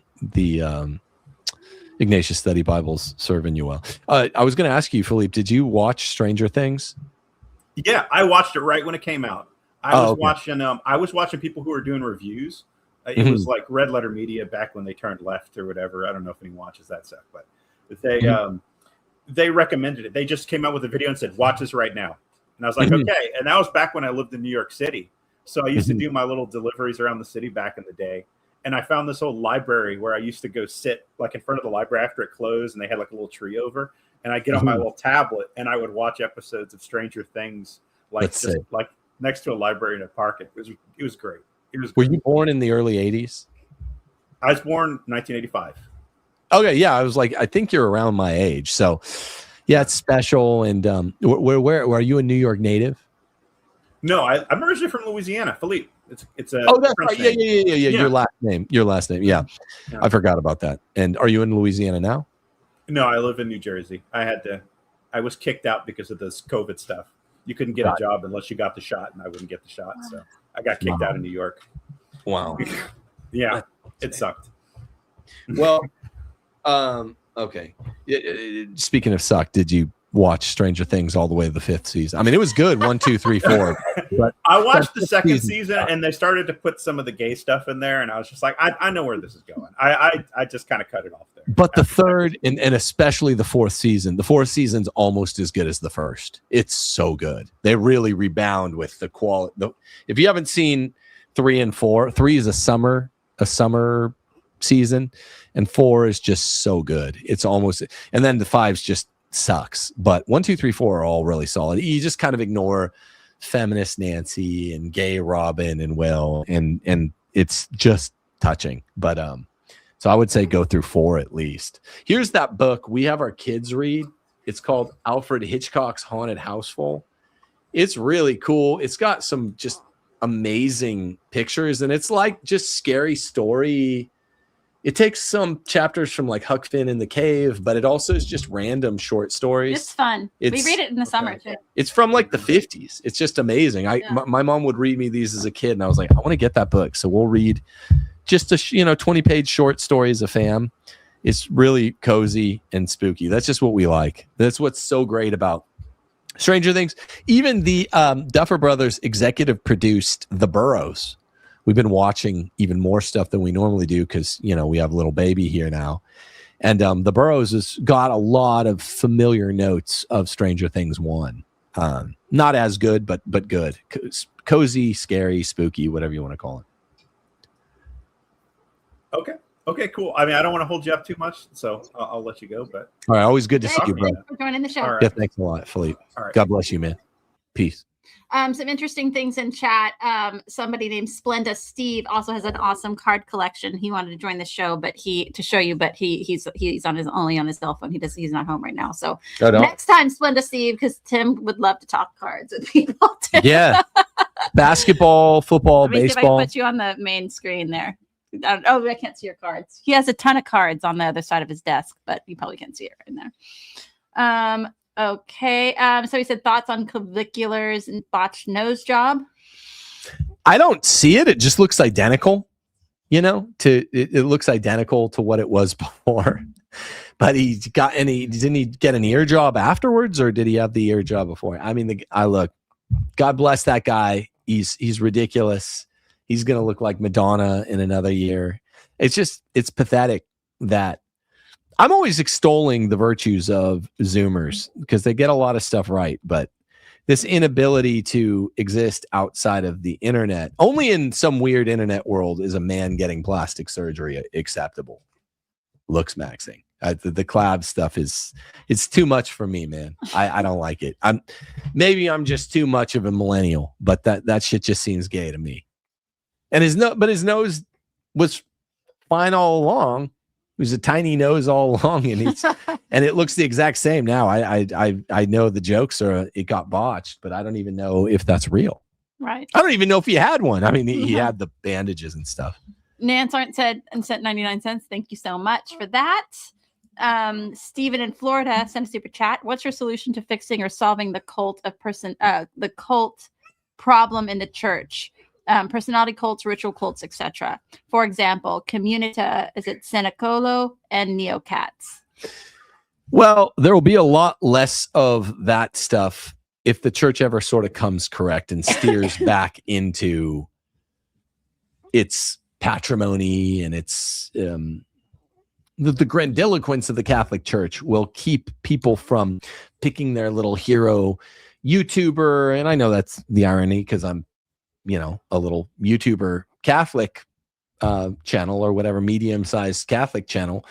But guys like me won't be necessary. Guys like the Fatimists wouldn't be necessary. Guys like, groups like SSPX or SEDES wouldn't be capacitated if the church were just doing its job and there was just one flavor of real Catholicism. Now there are all these competing flavors of real Catholicism because the Catholic Church lost the human part of the Catholic Church, the fallible part, lost its identity in the modern age.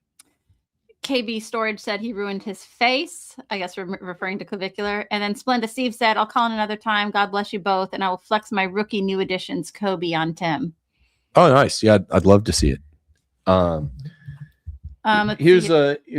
This is just a 6970 tops. Here's I think I've showed this one before. That's Jerry West with The an logo. auto. Yeah, the logo, man. And he even wrote the logo on there. Didn't He signed the logo. Similar, same year. It's a 70-71 tops. Here's Oscar Robertson, also auto. It's also autographed. Same year. It's Tall Boys, 70-71 tops. Elgin Baylor, also autographed. You'll have to bring out your 7 PSA Jordan rookie. Fleer. Yeah, 7 BGS. 7 BGS Fleer Jordan rookie, right? I like BGS as a grade or better than I prefer it to PSA, but PSA carries more market value. Even though BGS is better, it itemizes why it gave you the grade it did. Here's a little, you can't see the auto here. There's another Jerry West autograph. Etihad Joseph said, Tim, did you play guitar, bass, drums, or bass, drums? Were you a front man? Do you still do music? I was a front man, and I mean, very limited guitar. I took some guitar lessons, started playing at the same time as the 2 guitarists in my band, my brother and the other guy, you know, when I was in like 5th grade, and they got good. And no, but I took a lot of voice lessons, got good at singing. Yeah, I still actually like to sing. Splenda Steve said, now is it the Fleer or the Star, and which is the true rookie? LOL. I mean, I'm of the persuasion that 84, 85 Star is his true rookie card. I'm big into those 3 years of Star because they fill in between 81, 82 tops and 86, 87 Flair. So I love the Star brands. I'm scooping up all the Star rookies I can. I'm not, like a billionaire, so I can't scoop up the Jordan rookie. I just bought a altered, authentic Charles Barkley, cool, 84, 85 Star rookie. I've had the John Stockton rookie. I do think those are the true rookies. The MJ, we just have the 86, 87 Flair, which is beautiful. Is a grail card for me, but I don't think I'll ever be rich enough to own the Star. The Star MJ. Corey, is it Guidry? I hope I'm saying these names right. I'm sorry if I'm not. Who cares? Could you explain? Could you expand on how has the Protestant work ethics weak understanding of leisure shaped American culture? Also, some content on Aristotelism is superior to Marxism, and liberalism would be fire. Those are great suggestions. Those are great topics. My best shows are always like lowest viewed. Look, let me say this. If you guys want to see a real technical, like sort of teaching show on some specific aspect of Aristotelianism, just super chat it. Super chat the dickens out of it, because it'll get only, this is being a boutique channel rather than a huge one, it'll get only 3,000 views. But if you want to see that kind of content, flood, the 3,000 that do watch it, flood it and super chat it. And that, I'm not trying to sound like greedy or something, but it makes worthwhile, because I can get, if Father Ripperger comes on next week, I'm hoping he will, it's like 100,000 views automatic. And that's actually good. But there are topics that I know I can do and get 20,000 views, but I'm bored by them and I don't want to do them, and it's cheap. But yeah, doing that Lincoln and the 14th Amendment show, man, if people, it's only 3,000 or 4,000 views, but if people flood in and super chat, the buffs on Lincoln and the 14th Amendment that are interested in that, if you all super chat, $3 to $7, it really makes it worthwhile. It's a good system. So I will do that. What was the first question? He asked a good question. How did Protestant could you expand how Protestant work ethics weak understanding of leisure? Yeah. So book chapter 5 of Catholic Republic, if you have that, is almost exclusively dedicated to that question. For one thing, you have to understand they didn't have the ordinary means of grace, the sacraments. The sacraments are where we get quotidian grace from mostly. And they started saying, well, it's labor that's where you get the grace. That's what the Calvinists in particular said. That's where you get daily grace. So naturally, we're supposed to go to confession and communion as much as we can, the sacraments, to get more grace, more cumulative grace. They think you just work more. So it conduces to a Joel Osteen-y view of wealth and labor, people that are wealthier, have worked more, have more grace, people that have more leisure or layabouts. And that's not the Catholic view on wealth or leisure at all. We're not socialists, but it's just like, yeah, man, you need downtime. You need time to go get the sacraments, the actual conduits of grace. So we don't endorse a prosperity gospel kind of thing, but rich people are great. Rich people give away a lot of their money and are patrons of the arts. And if you're rich and you like this show, big super chat, you know, that's a great rich person. But it's very different from the Protestant work ethic, which is a cheap, spurious, specious, false means of getting grace. And so therefore they vilify downtime. Slaughter Sorts with a hilarious Homer Simpson profile pic says, Tim, who's winning tonight in the finals? I want to say Spurs. Remember when I was live on game 4? Well, okay, I got half of that right. I said there would be more violence in New York. They actually put a poor 17-year-old Spurs fan in a coma that night. They ended up getting the win. I was about 1.5 quarters into that game when I finally finished the, not Trayvon show, the Carmelo show, and opened up that 29-point lead, which the Spurs broke, or which they just collapsed. Bottom fell out.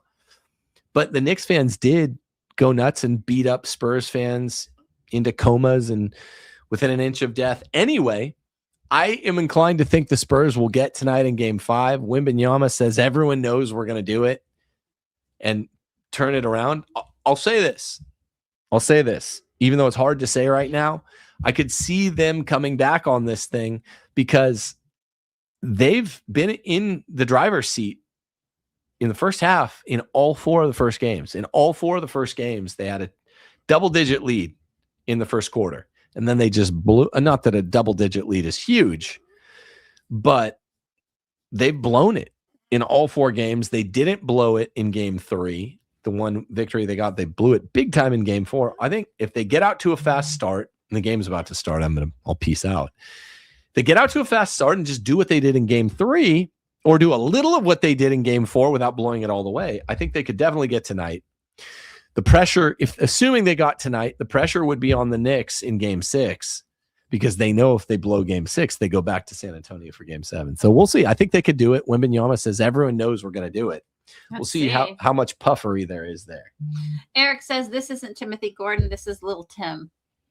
This is your outfit, I think. My outfit, just because it's Adidas or whatever. Oh, there you go. Shadow of Death 33 sent a super chat and says, Tim, when is the debate and what channel and what topic? My channel next Friday, the 19th. The topic is old Earth versus young Earth, old Earth creationism versus young Earth creationism. Not about evolution. None of the 4 participants, myself, my brother, Hugh Owen, or his friend, Dr. I don't know how to say his last name. It begins with an S. I'll learn before then. None of us are pro-evolution, but my brother and I will be arguing for old Earth creationism based on Pius X's 1909 Pontifical Biblical Commission responsums, which Pius himself raised to the level of doctrine. It'll be Friday the 19th at 1 Central Standard Time on Moi's channel. It'll be super fun. Check it out. I'll put the link up in the next few days or so people can have that. Ortho Girl says I don't have a question, but just wanted to congratulate you and Steph on your precious baby. Thank you so much. And you're probably hearing some of her little squeaks and squawks right now. I'm holding her. Thanks. Okay. If you guys enjoyed this call-in show, then just say so in comments so we can do more of this stuff. Particularly on Fridays or weekends. I like the model, of just kind of going in with nothing, but we can talk about the week in review or just whatever you guys want to talk about. And Dr. 1229 sent a $5 super chat just now. So thank you very much. Thanks a million. God bless you guys. Let's see what happens in this game 5 tonight. Hopefully they can extend the series at least to a game 6. I think it would be really shameful for the Spurs team, who has beaten themselves, to lose in 4. Gentleman's sweep would be not tell the tale, but we'll see. We're about to find out. God bless you all. We'll see you next week. Hopefully we have Father Chad on, and then the Friday doubles debate. Should be a big week if we can make it all happen. God bless.